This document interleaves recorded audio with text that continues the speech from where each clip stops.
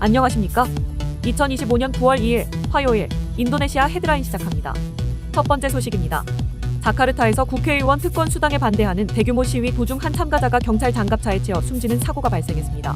지난 28일 국회의사당 인근에서 벌어진 집회 현장에서 온라인 오토바이 택시 기사로 알려진 20세 남성 한 명이 시위 진압 과정에서 돌진한 경찰 기동대 장갑차에 깔려 병원으로 옮겨졌으나 끝내 사망했습니다. 이날 시위의 혼란으로 다수의 사상자가 발생했습니다.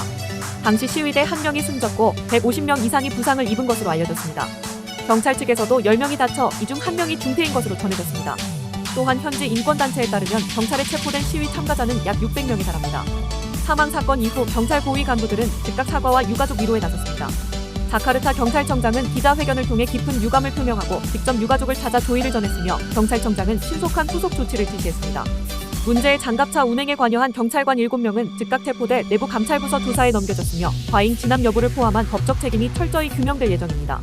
경찰은 이번 사건과 관련해 정의 실현과 책임 있는 조치를 약속했으나 시민사회에서는 여전히 과잉 대응에 대한 비판이 거세게 이어지고 있습니다. 이번 시위는 최근 불거진 국회의원 특권 수당 논란에 따른 국민적 분노로 촉발됐습니다. 인도네시아 하원의원 580명이 작년 말부터 매달 5천만 루피아의 주택 수당을 받아온 사실이 뒤늦게 알려지면서 여론이 들끓었습니다. 시위대는 의원들의 과도한 급여와 특혜를 폐지하고 부패한 기득권을 개혁할 것을 요구하며 거리로 나섰습니다. 다음 소식입니다. 인도네시아 국회의원들의 주택 수당 논란이 이어지는 가운데 하원은 해당 수당이 올해 10월까지만 지급된다고 해명했습니다. 그러나 시민사회와 전문가들은 여전히 과도한 특혜라며 강한 반발을 나타내고 있습니다. 알려진 바에 따르면 지난해 10월부터 전체 의원 580명이 매달 5천만 루피아의 주택 수당을 받아왔으며 이는 자카르타 최저임금의 10배, 빈곤 지역의 20배에 달합니다. 기본 급여와 각종 수당을 합치면 의원 한 명이 매달 최대 2억 3천만 루피아를 받는 것으로 알려져 공분을 샀습니다. 하원 부의장은 해당 수당은 임기 첫 해 1년간만 지급되는 제도로 11월부터는 더 이상 지급되지 않는다고 설명했습니다.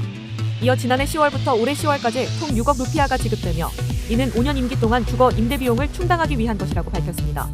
기존 관사였던 깔리바타 단지가 노후화로 사용이 어렵게 되면서 현금 수당으로 대체했다는 설명도 덧붙였습니다. 그러나 비판은 수그러들지 않고 있습니다. 인도네시아 의회감시단체는 1년간 지급된다 해도 의원 1인당 6억 루피아는 여전히 과도하다며 차라리 관사 보수에 예산을 투입하는 편이 합리적이라고 지적했습니다. 인도네시아 반부패 시민단체 또한 지급 근거와 규정 변경 여부가 불투명하다며 현재 제도가 2029년까지 유지되는 것 아니냐는 의혹을 해소하지 못했다고 비판했습니다. 여론은 일부 의원들의 발언과 행동으로 더욱 악화됐습니다. 친여 성향 나스덴당의 아흐맛 사흐로니 의원은 국회 하원 해산 요구를 세상에서 가장 어리석은 주장이라며 비웃었고 의원들이 공식 회의에서 춤추는 영상이 재확산되며 인생과 동떨어진 행태라는 비난이 커졌습니다. 급등하는 생활비로 고통받는 시민들의 분노가 수그러들지 않는 가운데 하원의 해명이 오히려 불신을 키우고 있다는 평가가 나옵니다.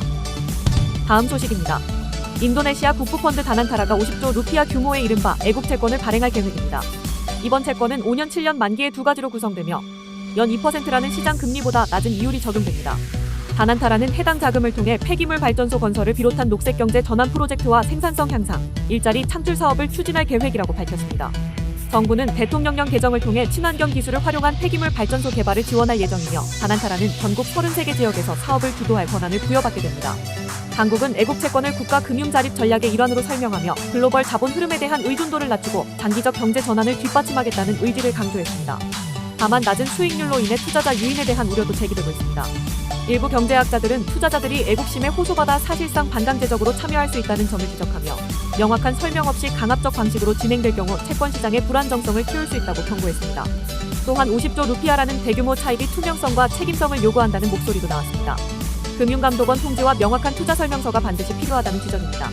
그럼에도 불구하고 인도네시아 재계 주요 인사들은 이번 발행을 지지하고 있습니다. 바라토 퍼시픽 그룹, 시나르마스 그룹, 아다로 그룹의 오너 등은 국가 경제 전환과 민관 협력 강화를 위한 기회라며 환영 입장을 밝혔습니다.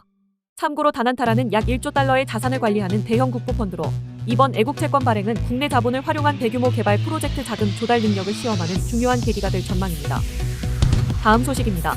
인도네시아 정부가 지난 8일 채택한 새 규정으로 석탄 광물 판매 계약에서 기준가 이하의 거래가 가능해졌지만 업계는 실질적 부담 완화 효과가 미미하다고 지적했습니다.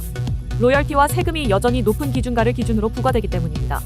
니켈 광산협회는 실제 판매가는 낮아도 로열티는 기준가를 토대로 계산돼 수익성이 악화된다고 밝혔습니다. 예를 들어 니켈 원광의 기준가가 톤당 100달러일 때 80달러에 팔리더라도 최대 19%의 로열티가 기준가를 기준으로 산정돼 실질 수익은 톤당 61달러에 불과합니다. 업계는 이 같은 구조로 인해 투자 위축과 불확실성이 커지고 있으며 특히 환율 약세로 외화 부채 상환 부담까지 겹쳐 현금 흐름 악화가 심각하다고 호소했습니다. 석탄업계 역시 상황은 다르지 않습니다. 석탄협회는 새 규정은 기존 관행을 재확인한 수준일 뿐이라며 국제 가격 하락 국면에서 높은 기준가를 적용하는 방식이 기업의 이익을 더욱 압박한다고 설명했습니다. 중국 등 주요 수입국이 높은 가격 조건에 난색을 보이면서 수출 불확실성도 커진 상황입니다. 실제로 국영기업 안탐은 지난 4개월간 세척 보크사이트 판매에 실패해 수출을 중단한 상태입니다. 정부는 이번 정책이 비세수 확보를 위한 조치라고 설명합니다. 지난해 광업부문 비세수는 석탄 가격 급락으로 4.6% 줄어 3년 연속 성장세가 꺾였습니다.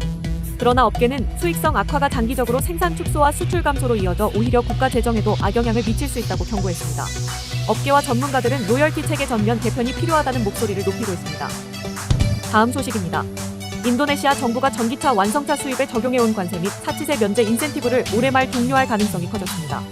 산업부 관계자는 현재까지 어떠한 부처나 기관에서도 연장 논의가 진행되지 않았다며 관련 규정에 따라 인센티브는 예정대로 올해 12월 31일 종료될 것이라고 밝혔습니다. 해당 혜택은 지난해 2월 도입돼 일정 기준 충족 시 부가가치세 면제까지 제공돼 왔습니다. 정부는 대신 국내 생산 확대를 강조하고 있습니다. 현재 비아디, 빈페스트, 지리, 차오펑, GWM오라, 시트로엥 아이온 넥서스 등을 포함한 6개 업체가 총 15조 5천억 루피아를 투자하기로 약속했으며 총 생산 능력은 연 30만 5천 대 규모에 이를 전망입니다.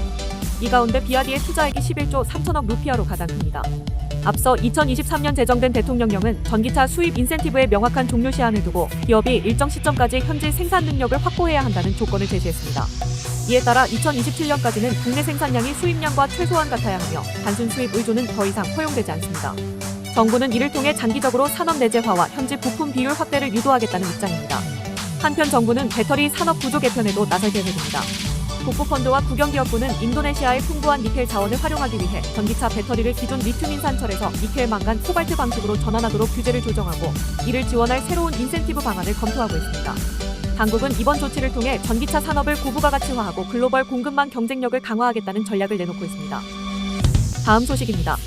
롯데케미칼 인도네시아 법인이 약 39억 달러를 투자한 나프타 분해 공장의 가동을 시작했습니다. 이 시설은 반텐주 찔레곤 약 110헥타르 부지에 건설됐으며 연간 에틸렌 100만 톤, 프로필렌 52만 톤, 폴리프로필렌 25만 톤을 생산합니다. 이를 통해 인도네시아는 석유화학 제품 수입 비준도를 낮추고 산업 자립을 강화할 수 있는 기반을 마련하게 됐습니다. 롯데케미칼은 이번 사업으로 14,000개의 일자리를 창출하고 원자재 수입 대체 효과와 지역 경제 활성화를 이끌 것으로 기대됩니다. 또한 말레이시아 법인에 연간 35만 톤의 에틸렌을 공급하는 장기 계약을 체결해 동남아시아 석유화학 공급망의 핵심 거점으로 자리매김할 계획입니다. 임동의 법인 대표는 고객사는 원료를 최종 제품으로 완성하는 산업 생태계의 핵심이라며 롯데케미칼은 단순 공급자를 넘어 전략적 동반자로서 고객사와의 협력을 강화해 나가겠다고 밝혔습니다. 현재 업계도 기대감을 드러냈습니다. 업계에서는 단순한 원료 공급사가 아니라 산업 생태계를 함께 키워가는 파트너라고 평가했으며 롯데케미칼의 기술력은 인도네시아 폴리프로필렌 산업의 도약을 이끌 것이라고 강조했습니다. 시청해주셔서 감사합니다. 다음 시간에 뵙겠습니다.